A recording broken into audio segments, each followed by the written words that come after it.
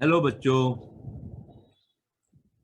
आज हम एक नया चैप्टर स्टार्ट करेंगे, मैटर इन आवर सराउंडिंग्स। हमारे आसपास, सराउंडिंग मीन्स आसपास, हमारे आसपास जो है क्या है, मैटर है। मैटर इन आवर सराउंडिंग, हमारे आसपास जो है, जो भी है, सब मैटर है। जैसे कैसे हमारे आसपास क्या है? हमारे आसपास सबसे पहले तो हवा है, जिससे ऑक्सीजन है, जिसके अंदर, जहां से हम सांस लेते हैं, है ना। एयर है, एयर ये भी मैटर है। हम पानी पीते हैं, ये भी मैटर है। दूध पीते हैं, चाय पीते हैं, कुछ भी हम खाना खाते हैं, ये भी मैटर है। हमारे पास स्टोन है, पड़ा हुआ पत्थर है, वो भी मैटर है। मिट्टी है, वो भी मैटर है। सब कुछ मैटर है ना। तो हवा, पानी, सब मैटर है। So everything around us is matter. अब ये है कि मैटर है तो उसको वो क्या करता है, उसको आप मैटर को, दूध है या पानी है, पानी को क्या करते हो आप? एक गिलास में लेते हो ना। और एक क्वांटिटी जो है गिलास में, एक फिक्स क्वांटिटी आती है, इतना मिलीलीटर पानी गिलास में आया, है ना। तो मैटर क्या होता है? मैटर जो है ऑक्युपाई करता है, क्या करता है? स्पेस, जगह लेता है ना। पानी है, वो जगह लेगा, जहां भी हम रखेंगे, किसी बर्तन में रखेंगे तो बर्तन की जगह लेगा। तो matter occupy space and it has, और उसका मास भी होता है। हर मैटर का मास होता है, पानी का भी मास होता है ना। और सब्जी लेंगे बाजार से, उसका भी मास होगा, वे करके देता है वो। तो हर चीज का मास होता है। तो मैटर जो है, चाहे वो कोई हो, हवा भी है, एयर है, उसका भी, वो भी स्पेस लेती है, उसका भी अपना एक मास होता है। तो मैटर क्या करता है? ऑक्युपाई करता है space and it has mass also. तो फिजिकल क्वांटिटीज क्या हो गई? नहीं, एक वॉल्यूम और एक मास। वॉल्यूम जो स्पेस लेता है, वॉल्यूम क्या है? स्पेस की जगह पे स्पेस लेता है, जो कोई जगह लेता है, तो उसे हम क्या वॉल्यूम में लिखते हैं, स्पेस लेता है ना। तो ये स्पेस जो है ये वॉल्यूम के लिए है। Okay. Matter are classified into types. Matter जो है दो तरह के होते हैं, based on their physical and chemical properties. Matter जो है उनको हमने दो तरह से डिवाइड किया हुआ है। जो उनकी कुछ फिजिकल प्रॉपर्टीज होती हैं, कुछ केमिकल प्रॉपर्टीज होती हैं, उनकी केमिकल नेचर होती है। तो मैटर को हमने दो पार्ट में डिवाइड किया हुआ है, दो तरह के मैटर होते हैं। तो हम जो है इस चैप्टर में हम क्या पढ़ेंगे? वही मैटर पढ़ेंगे जिनकी फिजिकल प्रॉपर्टीज है, नेचर है, सिर्फ वही पढ़ेंगे अभी। ओके, केमिकल नेचर वाले मैटर्स हम अभी इस चैप्टर में नहीं करेंगे। फिजिकल नेचर ऑफ मैटर क्या होता है? मैटर जो होता है, मैटर क्या है? आप देखो बच्चों, पहले क्या मानते थे? पहले इंडियन माइथोलॉजी में, जैसे आप कभी घर में पूजा करवाते हो, है ना, पंडित जी आके घर में पूजा करते हैं, तो क्या मानते हैं वो? क्या वो बोलते हैं कि जो भी बना हुआ है इस सृष्टि में, धरती के ऊपर जो भी बना हुआ, पांच चीजों से बना हुआ है। वो पहले इंडियन माइथोलॉजी में जो मानते थे, आज भी उसको फॉलो करते हैं। साइंटिफिकली नहीं करते हैं, पर वैसे करते हैं रिलीजियसली। वो मानते हैं क्या? हर चीज बनी हुई है किससे? आग, फायर, पानी, वाटर, अर्थ, धरती, हवा, एयर, है ना। तो ऐसे पांच चीजों से बना हुआ है।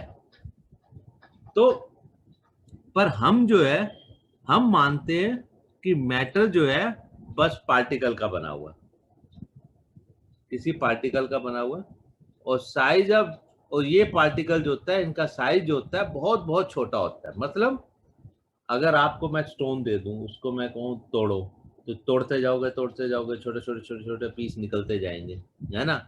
जैसे जैसे छोटे, तो वो खत्म नहीं होगा, छोटे छोटे पार्टिकल्स उसके निकलेंगे, जो पहले आपस में जुड़े हुए थे। तो आपने फोर्स लगाई, आपने तोड़ा, और वो छोटे छोटे पार्टिकल, तो छोटे छोटे पार्टिकल से मिलके मैटर बनता है। तो पार्टिकल जो होते हैं, जो मैटर के पार्टिकल होते हैं, उनके बीच में क्या होती है, स्पेस होती है, have space between them, are moving, और ये मूव करते हैं continuously and they attract each other. अब इसका आप इसको कैसे समझ सकते हो, आप इसको इन चीजों को समझ सकते हो। Matter is made up of small particles लिखा मैंने, बताया size of this particle very very small. और कैरेक्टरिस्टिक्स में क्या है ऑफ पार्टिकल्स की, क्या होती है, पार्टिकल जो होते हैं उनके बीच में स्पेस होती है, जो मैटर है, और वो कंटिन्यूअसली मूव होते रहते हैं और एक दूसरे को अट्रैक्ट भी करते हैं। अब इसको आप कैसे समझोगे, इसको समझने के लिए बच्चों आप जो है कोई एक्टिविटी कर सकते हो। कैसे, देखो, अगर आप एक गिलास में पानी लो, ठीक है, और उसमें एक चम्मच शुगर डाल दो या सॉल्ट डाल दो, कोई भी चीज डाल दो, क्या होगा, उसमें मिक्स हो जाएगा। तो मिक्स कैसे हो गया, कहाँ गया वो चीनी, तो क्या होता है, वो चीनी या सॉल्ट या जो भी चीज है, उसके जो पार्टिकल्स होते हैं, छोटे छोटे छोटे पार्टिकल्स, वो जो लिक्विड जिसमें आपने डाला, पानी में डाला, मिल्क में डाला, जहां भी डाला, टी में डाला, उनके पार्टिकल्स के बीच में ये पार्टिकल्स भी घुस जाते हैं। बीच में जो स्पेस होती है लिक्विड के, टी या वाटर है, उसके बीच, उसके पार्टिकल्स के बीच में जो स्पेस है, उसके अंदर सॉल्ट शुगर के पार्टिकल्स घुस गए। तो वहां से हमने देखा, अरे अच्छा, तो ये जो है जगह ले लेते हैं, मीन्स उसका वॉल्यूम नहीं बढ़ता, लेवल नहीं बढ़ेगा। अगर आप बहुत माइन्यूटली मेजर भी करोगे ना, आप बहुत माइन्यूटली उसको किसी लैब में चेक करोगे, तो वॉल्यूम आपको बढ़ा हुआ नहीं दिखेगा। जो लिक्विड का वॉल्यूम था, उसमें एक चम्मच चीनी डाल दी, तो वॉल्यूम तो बढ़ना चाहिए ना, पर वो नहीं बढ़ेगा काफी टाइम तक।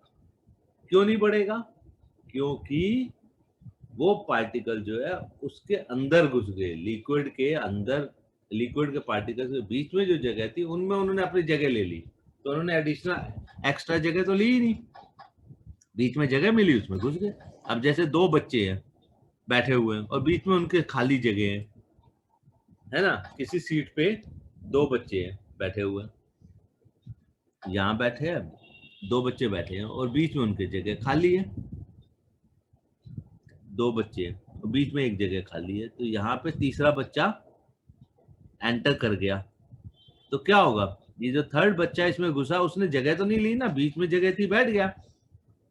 तो ऐसे ही जो है बीच में जगह होगी, तो वो सॉल्ट या शुगर जो भी होगा, उसके पार्टिकल बीच में आके बैठ जाएंगे, तो एक्स्ट्रा जगह नहीं लेंगे।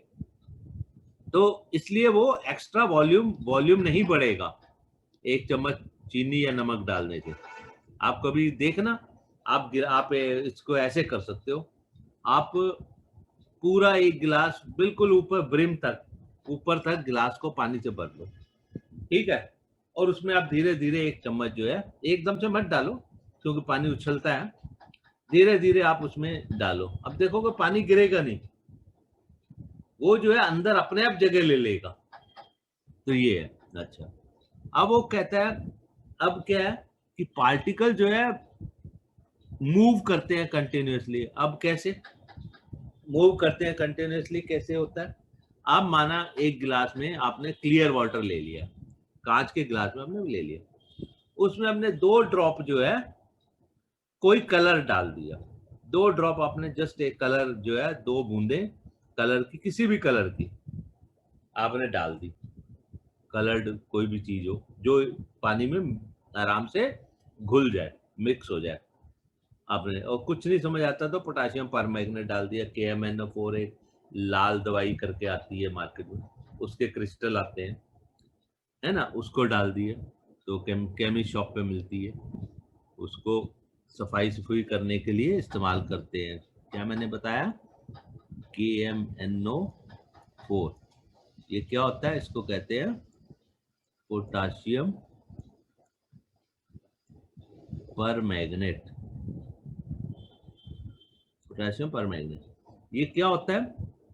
ये केमिकल है और ये पानी में इजीली डिसॉल्व हो जाता है, मिक्स हो जाता है। तो आप उसके दो, तो क्या होगा, थोड़ी देर में आप देखोगे पूरा पानी लाल हो गया। कैसे लाल हो गया? अभी हमने तो एक कोने में फेंका था कलर्ड पानी, और थोड़ी देर में पूरा ही हो गया। और अगर आप वेट नहीं करना चाहते, थोड़ा हिलाओगे तो भी पूरे में फैल जाएगा। तो क्या हुआ? तो अपने आप जो है थोड़ी देर पड़ा पड़ा पड़ा पड़ा वो हो गया। इसका मतलब क्या है? पार्टिकल आप चलते रहते हैं।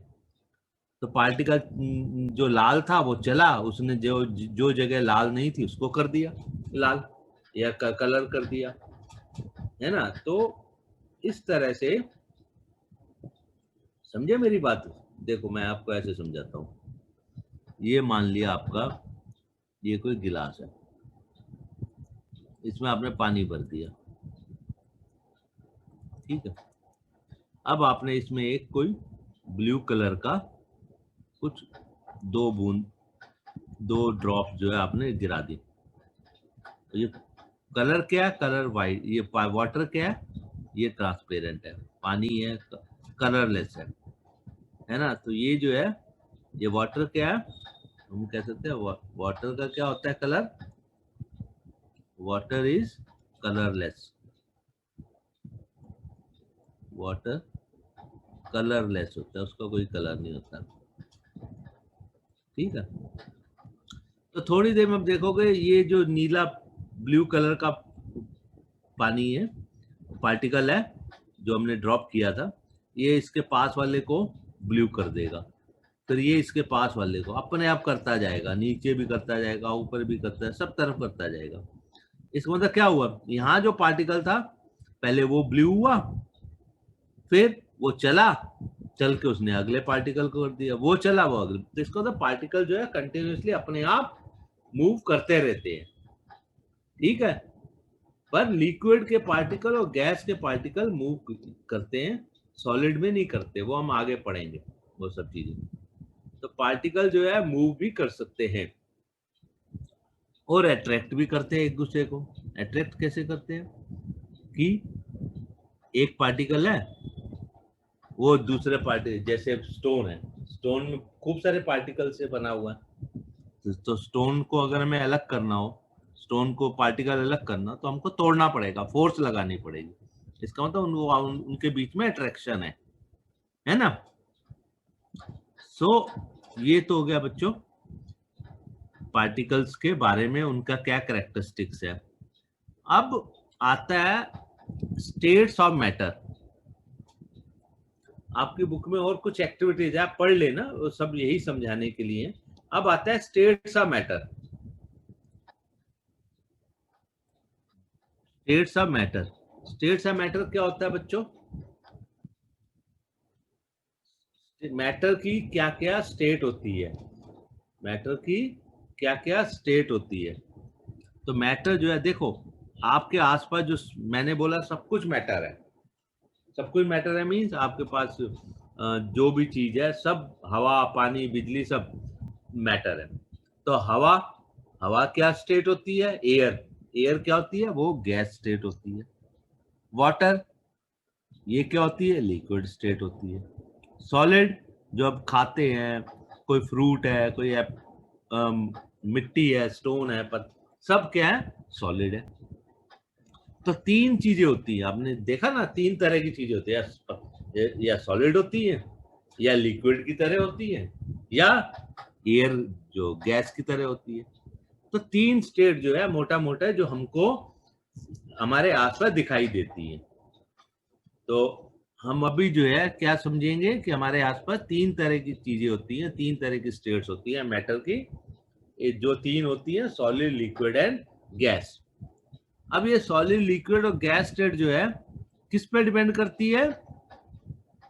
Are based on the variation, ये कैरेक्टरिस्टिक्स ऑफ पार्टिकल, ये जो हमने ऊपर किया ना कैरेक्टरिस्टिक्स ऑफ पार्टिकल, इस पे डिपेंड करेगा। अब मैं ऊपर चलते हैं, ये कैरेक्टरिस्टिक्स ऑफ पार्टिकल पे डिपेंड करती है स्टेट, चाहे वो सॉलिड है, लिक्विड है, गैस है। अब देखो पार्टिकल और matter have space between them.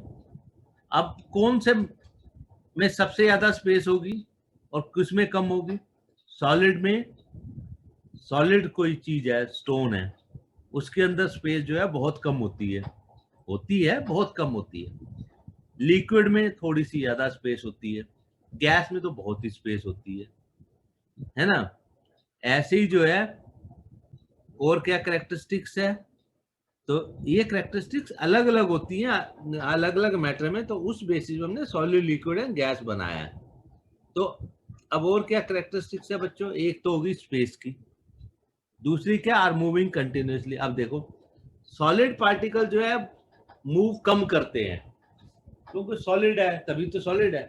Liquid के पार्टिकल जो है थोड़ा बहुत मूव करते हैं, पर गैस के पार्टिकल तो बहुत ज्यादा मूव करते हैं, है ना। गैस के पार्टिकल तो बहुत ज्यादा। कैसे?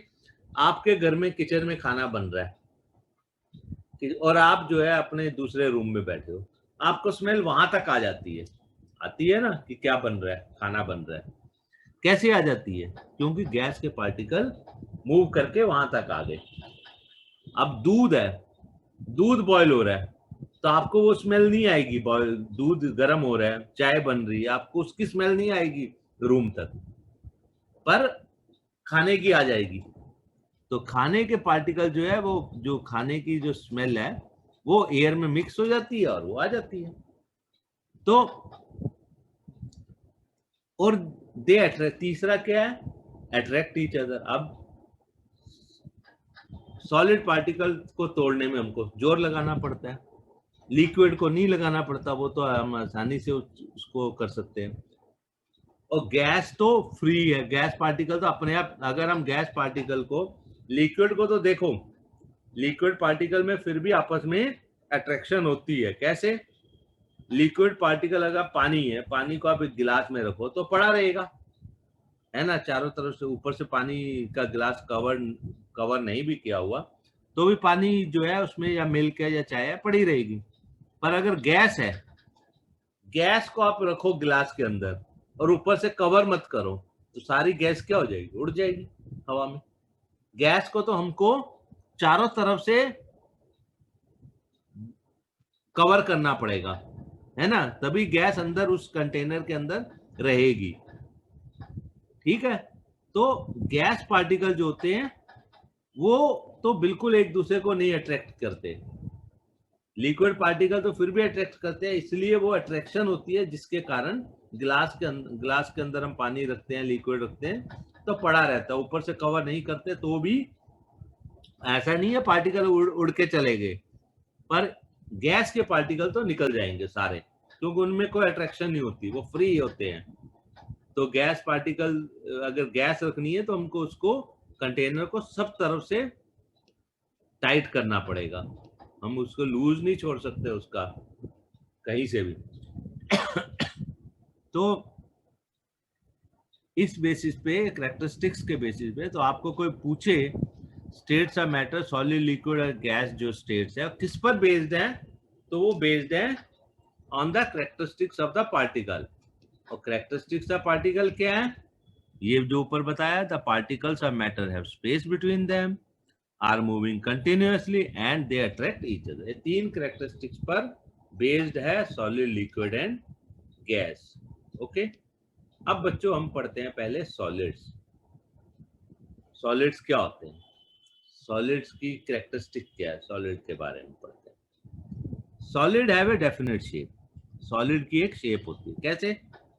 आपके पास केला है, आप इसका किसी एक बर्तन में रखो या दूसरे बर्तन में रखो, केले की शेप तो वही रहेगी। एप्पल है, एप्पल वैसे ही रहेगा, ऐसा नहीं है ना एप्पल बदल जाएगा, एक कमरे से उठा के दूसरे कमरे में रखोगे नहीं बदलेगा, है ना। एप्पल को आप जहां जिस कंटेनर में रखोगे वैसे ही रहेगा एप्पल, तो शेप। उसकी डिस्टिंक्ट बाउंड्री भी होती है सॉलिड की, और फिक्स्ड वॉल्यूम भी होता है, उसका वॉल्यूम जो है बढ़ता घटता नहीं है, जितना है उतना ही रहेगा। अच्छा, सॉलिड्स को कैसे ब्रेक कर सकते हैं? Under force. सॉलिड्स में ब्रेक, बट उसमें हमें क्या लगानी पड़ती है? फोर्स लगानी पड़ती है। But it is difficult to change their shape, पर उनकी शेप जो है हम परमानेंटली नहीं बदल सकते हैं। हम फोर्स लगाएंगे तो शेप बदल जाएगी सॉलिड की। कैसे? रबड़ कोई स्पॉन्ज है, स्पॉन्ज को आप प्रेस करोगे तो क्या होगा, उसकी शेप बदल जाएगी। जैसे ही आप प्रेस करने से आप फोर्स लगानी बंद करोगे, स्पॉन्ज क्या होगा, अपनी ओरिजिनल पोजीशन पे आ जाएगा। आपके पास रबड़ बैंड है, जब आप उसको खींचोगे तो लंबा हो जाएगा, पर जैसे ही फोर्स लगानी छोड़ोगे वो वापस अपनी ओरिजिनल पोजीशन पे आ जाएगा। परमानेंटली शेप जो है सॉलिड की नहीं बदलती है, और तब तक बदलती है जब तक उसके ऊपर हम फोर्स लगाएंगे। इसीलिए सॉलिड्स को हम कहते हैं रिजिड। तो यहाँ आपको बच्चों एक नया वर्ड आपने सीखा, रिजिड। रिजिड क्या होता है? रिजिड बॉडीज वो होती हैं, रिजिड बॉडीज क्या नंबर है, रिजिड बॉडी सॉलिड होंगी, सॉलिड्स को ही रिजिड कहते हैं। और रिजिड बॉडी वो होगी जिसके ऊपर फोर्स लगाने से उनकी शेप परमानेंटली नहीं बदलेगी। रिजिड बॉडीज की शेप फोर्स लगाने से परमानेंट नहीं बदलेगी, तो उनको हम रिजिड कहते हैं। ठीक है बच्चों, तो एक नया वर्ड आपने सीखा, क्या सीखा? रिजिड। तो ये आगे आपको कई बार लिखा हुआ बड़ी क्लासेस में आएगा, रिजिड बॉडी। तो रिजिड बॉडी का मतलब आप समझ जाओ कि इसकी शेप नहीं बदल रही है फोर्स लगाने से। ओके, परमानेंटली फोर्स लगाने से बदलेगी जब तक फोर्स है, और कुछ बॉडीज में तो बिल्कुल ही नहीं बदलेगी। आप पत्थर है, पत्थर का आप कितनी भी फोर्स लगा लो, क्या बदलेगी शेप उसकी? पत्थर की शेप तो नहीं बदलेगी। हाँ, बहुत फोर्स लगाएंगे तो क्या होगा, पत्थर क्रश टूट जाएगा, पर उसकी शेप नहीं बदलेगी। तो कुछ की तो बिल्कुल ही नहीं बदलती। पर मैंने आपको एग्जांपल दिया, रबड़, स्पॉन्ज, इनको प्रेस करोगे तो शेप बदल जाएगी। फिर बच्चों दूसरे जो हमने स्टेट ऑफ मैटर है, क्या है? लिक्विड। लिक्विड का क्या होता है? इनकी कोई शेप नहीं होती। कैसे? आप लिक्विड को एक गिलास में रखो तो गिलास की शेप में रहेगा, अब वही लिक्विड को आप कप में बदल दो तो उसकी शेप जैसी हो जाएगी जैसे कप की शेप है। लिक्विड की शेप किस पे डिपेंड करती है? कंटेनर पे, किस कंटेनर में है। लिक्विड की शेप फिक्स नहीं है, जैसा कंटेनर होगा वैसी शेप हो जाएगी, है ना। बट इनका एक वॉल्यूम फिक्स होता है, मतलब क्वांटिटी फिक्स होती है। इतने मिलीलीटर लिक्विड है, चाहे वो गिलास में रखो चाहे कप में रखो, उतने मिली। 1 लीटर दूध आपने लिया, 1 लीटर दूध आपको मिला, आपने क्या किया, आपको मार्केट से गए, आप 1 लीटर दूध लाए। अगर आप डेयरी का दूध लेते हैं तो आपको क्या होगा, वो एक पॉली पैक में उसमें पैक्ड होता है 1 लीटर। आप उसको जो है घर बुलाए, उसको खोला आपने उसको बर्तन में कन्वर्ट डाल दिया, तो रहेगा तो 1 ही लीटर ना। कंटेनर बदल गया पर लिक्विड का वॉल्यूम तो 1 ही लीटर रहेगा, कम नहीं ज्यादा नहीं होगा। तो वॉल्यूम फिक्स रहेगा, शेप बदल जाएगी। पहले उसकी शेप पॉलीथीन जैसी थी, अब कंटेनर में डाला, बर्तन में डाला, तो बर्तन की जो शेप है वो लिक्विड की शेप होगी। दे टेक, अच्छा फिर ये मैंने बता दिया आपको, they take up the shape of the container, जैसी कंटेनर की शेप वैसी लिक्विड की शेप। लिक्विड जो है, अब स्टोन है, स्टोन तो जहां रखोगे वहीं पड़ा रहेगा, पर लिक्विड है उसको आप कहीं रखो, जमीन पे रखो तो फैल जाएगा, फ्लो कर जाएगा। अगर लिक्विड को जगह मिलेगी तो फैल जाएगा, अगर जगह नहीं है तो जैसा पड़ा है वैसा पड़ा रहेगा, पर वो उसको मौका मिलेगा तो लिक्विड भी फैल जाता है ना, गिर जाता है तो फैल जाता है चारों तरफ, तो लिक्विड फ्लो कर जाता है, शेप चेंज हो सकती है, कंटेनर जैसा होगा वैसी शेप होगी। तो इसलिए liquids are not rigid, liquid rigid नहीं होते हैं, only solid bodies are rigid. Liquids को हम क्या कहते हैं? लिक्विड्स को हम फ्लूइड कहते हैं। लिक्विड्स को हम रिजिड बॉडी नहीं कहते, लिक्विड्स आर कॉल्ड फ्लूइड। तो आपने एक नया वर्ड सीखा, फ्लूइड, एक वर्ड सीखा रिजिड। रिजिड सॉलिड्स के लिए होता है, फ्लूइड लिक्विड और गैस के लिए होता है। गैसेस भी फ्लूइड होती हैं, तो लिक्विड भी फ्लूइड होता है, गैस को भी फ्लूइड कहते हैं। अब बच्चों तीसरी स्टेट क्या है? गैसेस। गैसेस है, गैसेस क्या होती है? गैसेस जो होती है इनको हम कंप्रेस कर सकते हैं। लिक्विड को, सॉलिड को हम जो है बहुत ज्यादा कंप्रेस नहीं कर सकते। सॉलिड को आप कंप्रेस करोगे क्या होगा, आप केला है, केले को कंप्रेस करोगे तो क्या होगा, पिचक जाएगा, है ना। एप्पल है, पर स्टोन तो कंप्रेस होके, बहुत कंप्रेस करोगे तो वो टूट जाएगा, है ना, उसकी शेप ही बदल जाएगी। सॉलिड तो कंप्रेस होके थोड़ी देर में उसकी शेप, लिक्विड है, लिक्विड भी कंप्रेस हो जाएगा थोड़ी देर तक, थोड़े टाइम तक, पर उसके बाद नहीं होगा। पर गैसेज होती है ना, किसी कंटेनर के अंदर भी आप रखोगे तो आप उसको खूब कंप्रेस कर सकते हो, गैसेस को आप खूब कंप्रेस कर सकते हो। इसीलिए गैसेस की ये कंप्रेसिबल, क्योंकि इनको हम बहुत ज्यादा कंप्रेस कर सकते हैं, इसलिए जो कंप्रेस्ड गैसेज होती है ये हमारे डेली लाइफ में हम यूज भी करते हैं। यही प्रॉपर्टी गैसेस की, कि हम उनको कंप्रेस कर सकते हैं, इसलिए हम उनको डेली लाइफ में यूज करते हैं। कहाँ करते हैं बच्चों? एक तो हम उसको करते हैं compressible gases, CNG, LPG, PNG, oxygen. कहाँ कहाँ यूज होती है? सीएनजी क्या होता है? सीएनजी, एलपीजी, पीएनजी, ये सब वर्ड्स हैं, मालूम है क्या होते हैं? ओके, मैं यहाँ लिख देता हूँ, वहाँ नहीं लिखा था ताकि जगह जाता ना, तो मैं यहाँ लिख देता हूँ, सीएनजी। सीएनजी से क्या बनता है बच्चों? वैसे तो आपको मिल जाएगा गूगल में, कंप्रेस्ड नेचर, एक minute,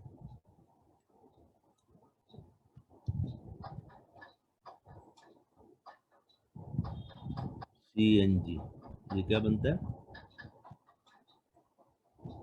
compressed natural gas. Natural word क्यों है?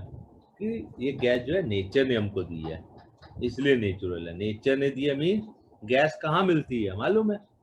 जो हम सीएनजी जो गैस होती है, एलपीजी, पीएनजी, सब गैसेज एक जैसी हैं, थोड़ा थोड़ा इनकी प्रॉपर्टी में फर्क होता है, इनके केमिकल में, केमिस्ट्री में थोड़ा थोड़ा फर्क होता है।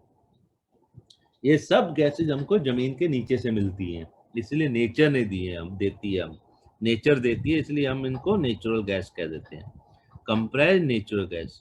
फिर एक होती है एलपीजी, लिक्विफाइड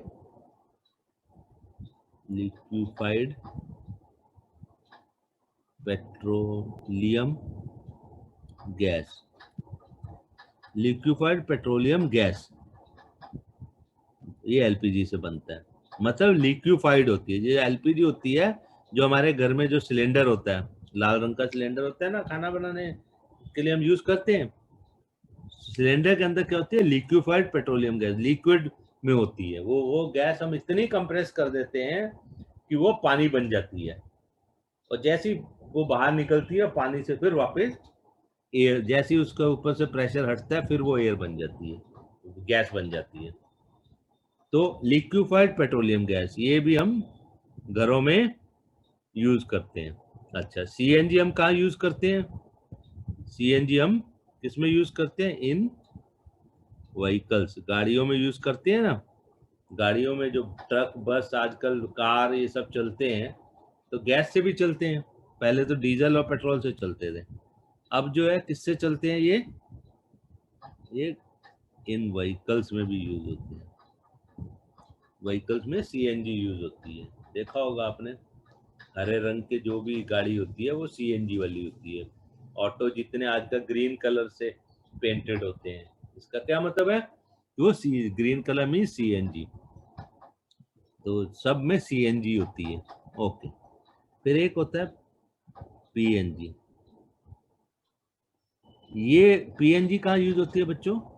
ये हमारे जिन घरों में सिलेंडर नहीं है, जिन घरों में सिलेंडर नहीं है, वहां पे पाइपलाइन से गैस आती है ना। दिल्ली में तो बहुत जगह आती है पाइपलाइन से, अगर गैस आती है तो वो कौन सी आती है? ये पीएनजी से आती है, पाइपलाइन से, है ना। अच्छा, फिर क्या? ऑक्सीजन। ऑक्सीजन, ऑक्सीजन आप यूज कहाँ होती है? हॉस्पिटल्स में होती है, आपने बहुत न्यूज में सुना होगा, बीच में कुछ महीने पहले हॉस्पिटल में ऑक्सीजन खत्म हो गई, ऑक्सीजन खत्म हो गई। और कहाँ यूज होती है? इन इंडस्ट्री में यूज होती है। अब ऑक्सीजन जो है हवा में है, हवा से ऑक्सीजन, ऑक्सीजन तो हवा में बहुत है, हवा से हम ऑक्सीजन इकट्ठी करते हैं, फिर उसको हम क्या करते हैं, लिक्विड फॉर्म में बदलते हैं प्रेशर लगा के, और फिर उसको सिलेंडर्स में, कंटेनर्स में भरते हैं, और फिर उनको सप्लाई करते हैं हॉस्पिटल्स में, इंडस्ट्री में, उनके यूज के लिए। ऑक्सीजन के बिना तो हम नहीं जी सकते ना, हमको सांस लेना है तो ऑक्सीजन चाहिए। तो ये जो है ना, क्योंकि कंप्रेस हो सकती है गैस, इसलिए जो है इनका डेली लाइफ में बहुत यूज है। ओके, सो ये आप जो है ध्यान में रखना। ओके, अब गैसेस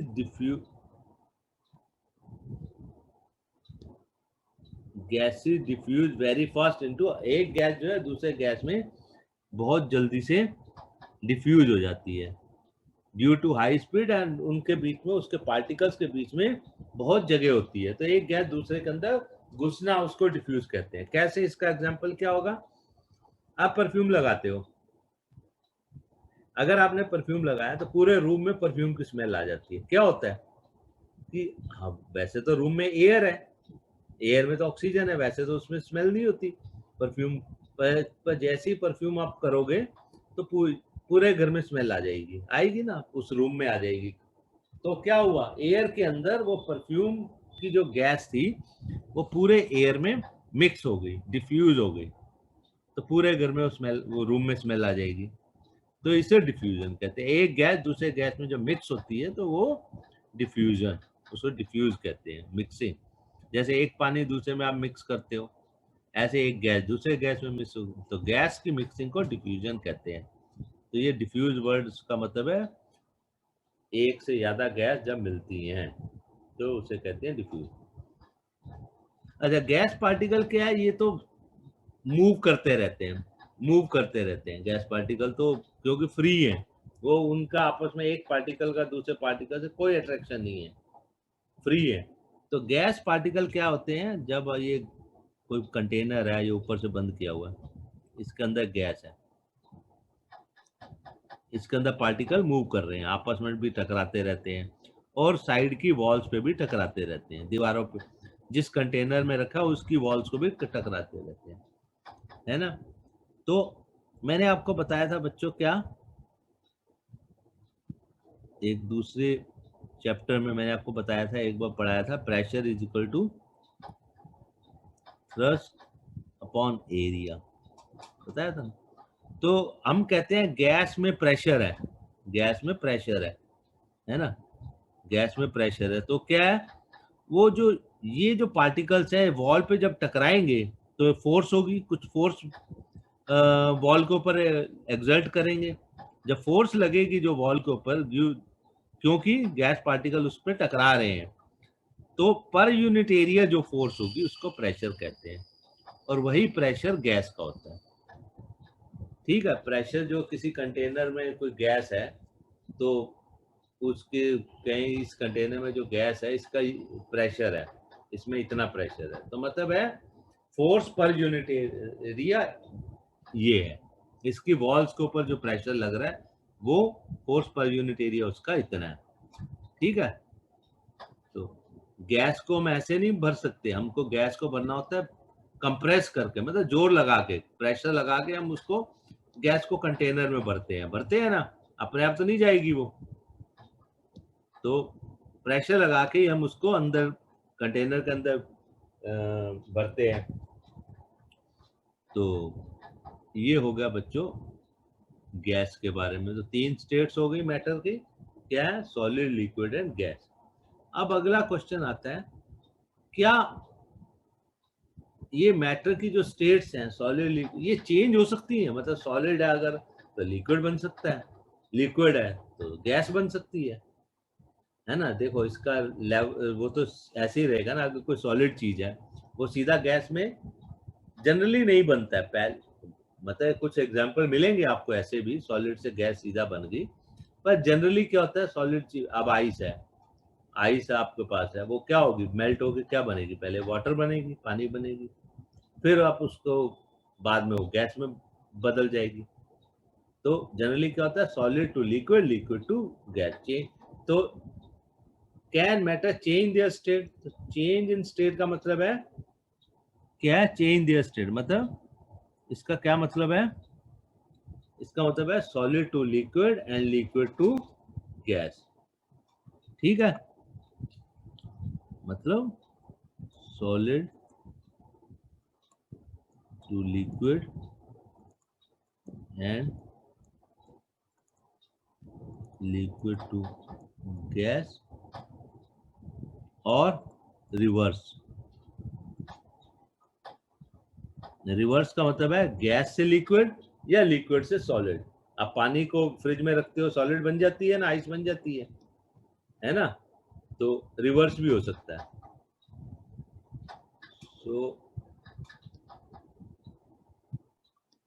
अब बच्चों, अब ये कैसे होगा, तो इसके दो तरीके होते हैं, सॉलिड से लिक्विड, लिक्विड से गैस करना है या रिवर्स करना है। तो एक तो हम पहले करते हैं टेम्परेचर का इफेक्ट, टेम्परेचर से होता है। हम टेम्परेचर से, टेम्परेचर चेंज करने से हम, अब टेम्परेचर कैसे चेंज होगा, तो आपको सॉलिड टू लिक्विड करना है, तो आपको क्या करना पड़ेगा, इफेक्ट ऑफ टेम्परेचर मतलब सॉलिड, अब आपके पास आइस है, अब आप उसको लिक्विड बनाना है, पानी बनाना है, तो आप क्या करना पड़ेगा, आइस को आपको गर्म करना पड़ेगा, टेम्परेचर बढ़ाना पड़ेगा, तो वो आइस जो है लिक्विड में बदल जाएगी, पानी में बदल जाएगी। तो इफेक्ट ऑफ टेम्परेचर, अब पानी है, पानी को आपको वो करना है, इवेपोरेट करना है, पानी को आपको बॉईल करेंगे तो क्या बन जाता है, उसके ऊपर फ्यूम्स बनती है ना पानी की, है ना, बॉईल करो तो भाप बनती है ना।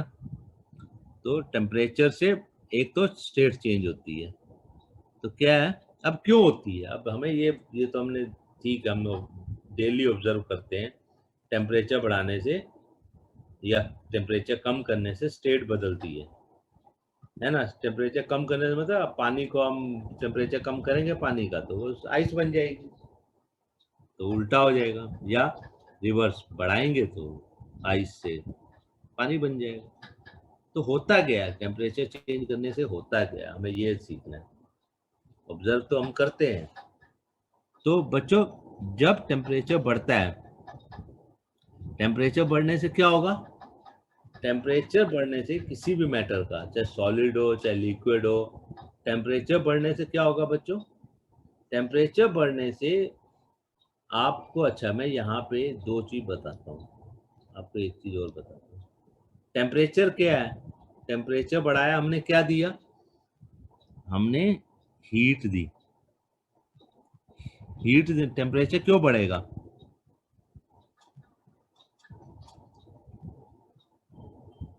टेम्परेचर इंक्रीज, ये क्यों होता है,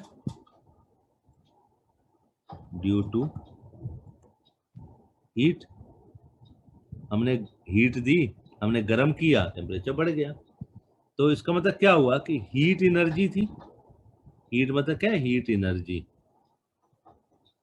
तो ये हीट एनर्जी, एनर्जी जो होती है ना बच्चों, वो कभी वेस्ट नहीं जाती है, एनर्जी एक फॉर्म से दूसरी फॉर्म में उसको बदल जाती है। एनर्जी की फॉर्म बदल सकती है पर एनर्जी कभी भी वेस्ट नहीं जाती है। तो आपने किसी चीज को हीट किया तो क्या होगा, वो एनर्जी बदल जाएगी काइनेटिक एनर्जी में। अब ये है काइनेटिक एनर्जी क्या होती है, अगर आपने पढ़ा हुआ है तो ठीक है, नहीं पढ़ा हुआ तो काइनेटिक, काइनेटिक का मतलब क्या होता है, अब ये काइनेटिक क्या है, काइनेटिक का मीनिंग क्या होता है, काइनेटिक मतलब, काइनेटिक मीन्स मोशन, काइनेटिक का मतलब है चलना, मूव करना। तो काइनेटिक एनर्जी मीन्स क्या हो गया, मूव करने के टाइम, जब कोई चीज मूव कर रही है तो वो एनर्जी, उसके मूवमेंट की एनर्जी। तो होता क्या है बच्चों, जब हम हीट करते हैं तो जो पार्टिकल है वो क्या होते हैं, अब जैसे देखो अच्छा, आप ऐसे देख समझो, आपने एक कंटेनर लिया, कोई बर्तन है, उसके नीचे आपने यहाँ पे फ्लेम, नीचे गैस जलाई, ये फ्लेम है, फ्लेम मतलब गैस की फ्लेम, नीचे से हीट आ रही है। अब क्या होता है, ये बर्तन भरा हुआ है किसी चीज से, लिक्विड से पानी से भरा हुआ। अब क्या होता है, आप तो नीचे से कर रहे हो, तो धीरे धीरे क्या हो रहा है, नीचे से आपने गर्म किया, पर पानी तो धीरे धीरे पूरा गर्म होने लग जाता है। ऐसा तो नहीं सिर्फ नीचे का गर्म होता है, ऊपर का नहीं होता। तो क्या हुआ फिर, ऐसा क्यों हो गया? तो बच्चों क्या होता है, जब नीचे से आप टेम्परे हीट दोगे, तो जो यहाँ पे पार्टिकल्स हैं पानी के, वाटर, पानी है तो वाटर पार्टिकल या जो भी लिक्विड है उसके पार्टिकल, वो पार्टिकल गर्म होंगे पहले। अब उससे क्या होगा, वो पार्टिकल चलने लग जाएंगे, क्योंकि उनमें एनर्जी आ गई, हीट से और ज्यादा एनर्जी आ गई। अब वो क्या होगा, अगले पार्टिकल को जाकर टकराएंगे, आसपास के पार्टिकल्स को टकराएंगे, तो ये अपनी एनर्जी उनको दे देंगे।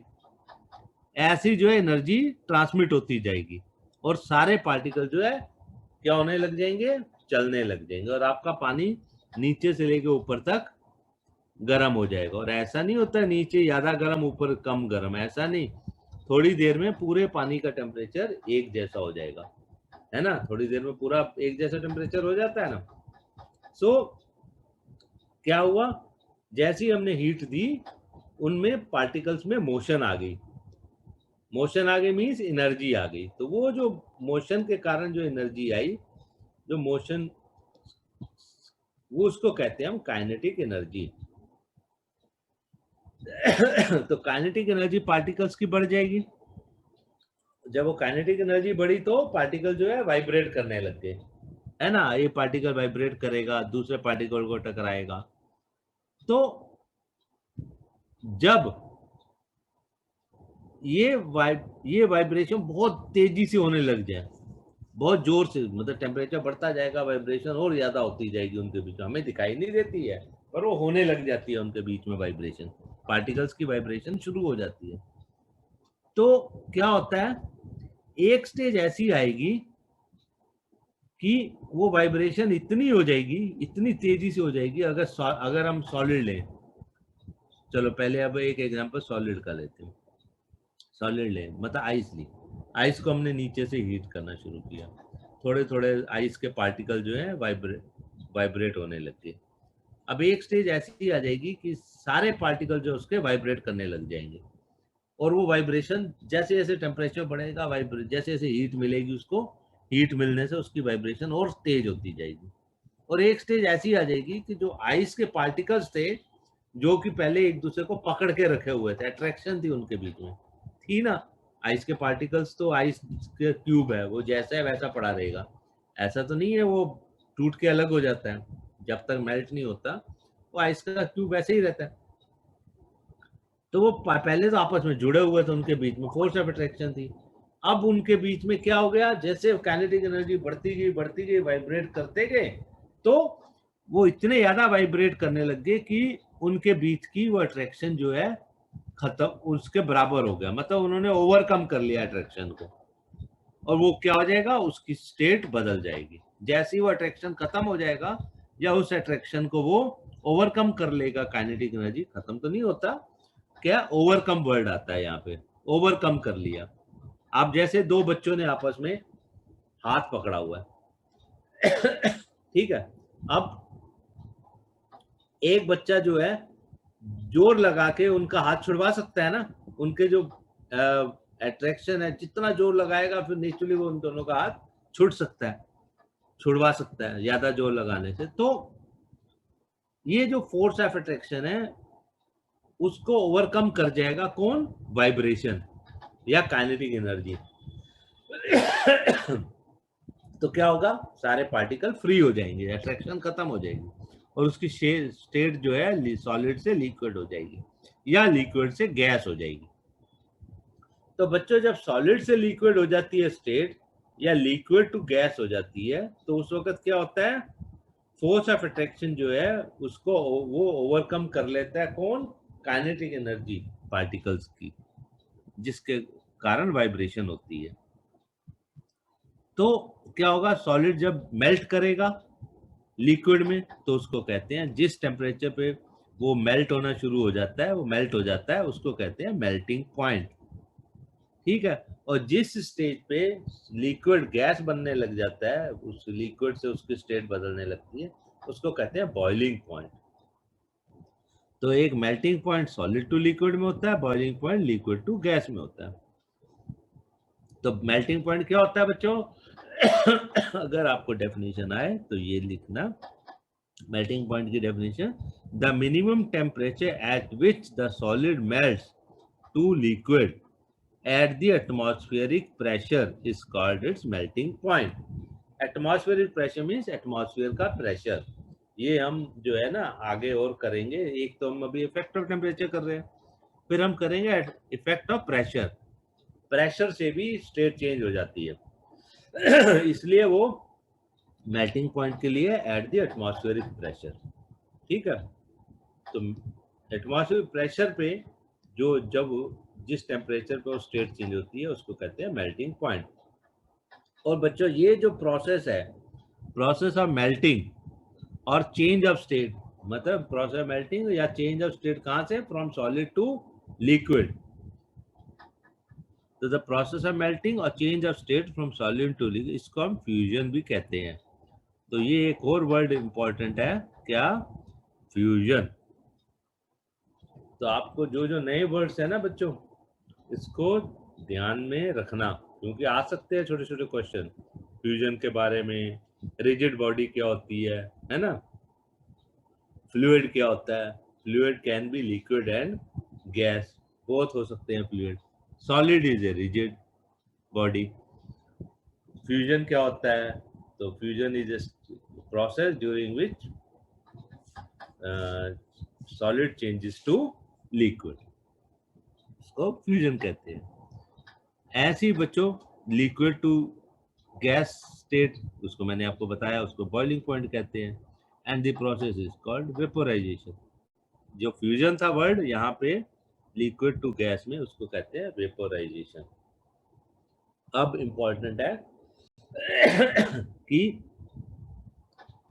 During the process of fusion और वेपोराइजेशन, जब ये फ्यूजन या वेपोराइजेशन होता है, मतलब during the change of state, fusion और वेपोराइजेशन क्या है? चेंज ऑफ स्टेट है। टेम्परेचर नहीं बढ़ता, तो फिर कहाँ जाती है वो हीट? हम तो हीट कर रहे थे, हमने हीट किया, वो उसकी स्टेट बदलने लगी, पर वो टेम्परेचर नहीं बदलता। मतलब अगर पानी है, पानी बॉयल कितने टेम्परेचर पे होता है? 100 डिग्री पे वाटर बॉयल होता है ना? वाटर जो है कब बॉयल होता है?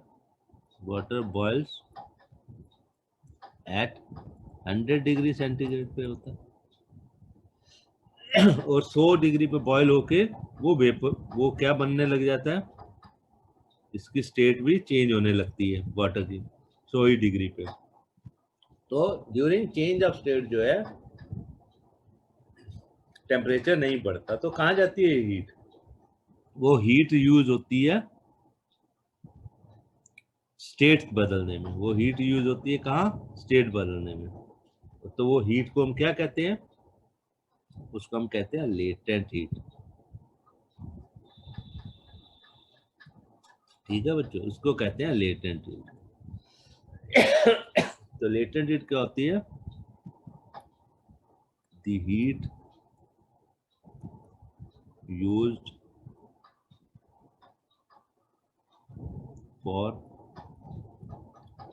Change in state from liquid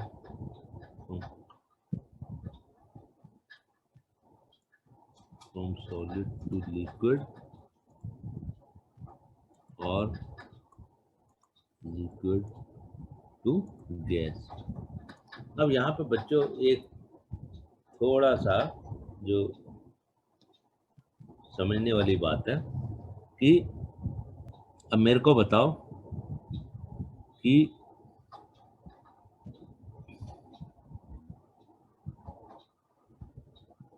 heat in energy of liquid, कोई लिक्विड है,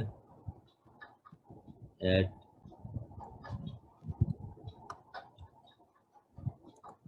इट्स बॉइलिंग पॉइंट और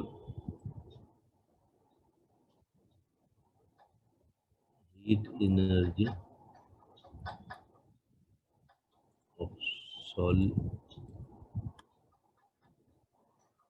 of gas at the boiling point. इसी बॉइलिंग पॉइंट पे गैस की जिसमें कन्वर्ट हुई है कौन सी एनर्जी ज्यादा होगी? इन दो में से ये और ये दो है, heat energy of liquid at its boiling point और heat energy of gas at its boiling point at the same boiling point. Okay, इसी बॉइलिंग पॉइंट पे जो ऊपर है, इन दो में से क्या होगा? वो लिक्विड थी, अब वो उस बॉइलिंग पॉइंट पे वो क्या हो गया? गैस में बदल गई। तो किस में हीट ज्यादा होगी? ये वाली मोर होगी, इट इज मोर। ये क्यों? क्योंकि ये लिक्विड थी, बॉयल हुई। अब जो लेटेंट हीट थी उसने क्या किया? लिक्विड को गैस में बदलना शुरू किया। तो लिक्विड से गैस में बदला तो गैस में वो एनर्जी आ गई ना, लेटेंट हीट, ठीक है ना? तो हम क्या कह सकते हैं? अगर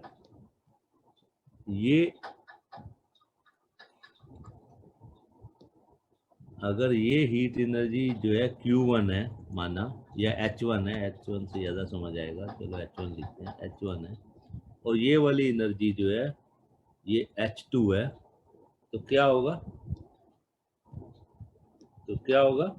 तो इसका मतलब है H2, जस्ट आप लोगों की नॉलेज थोड़ा सा, H2 जो है H1 से बड़ा होगा और ये इक्वल्स टू क्या होगा? Latent heat.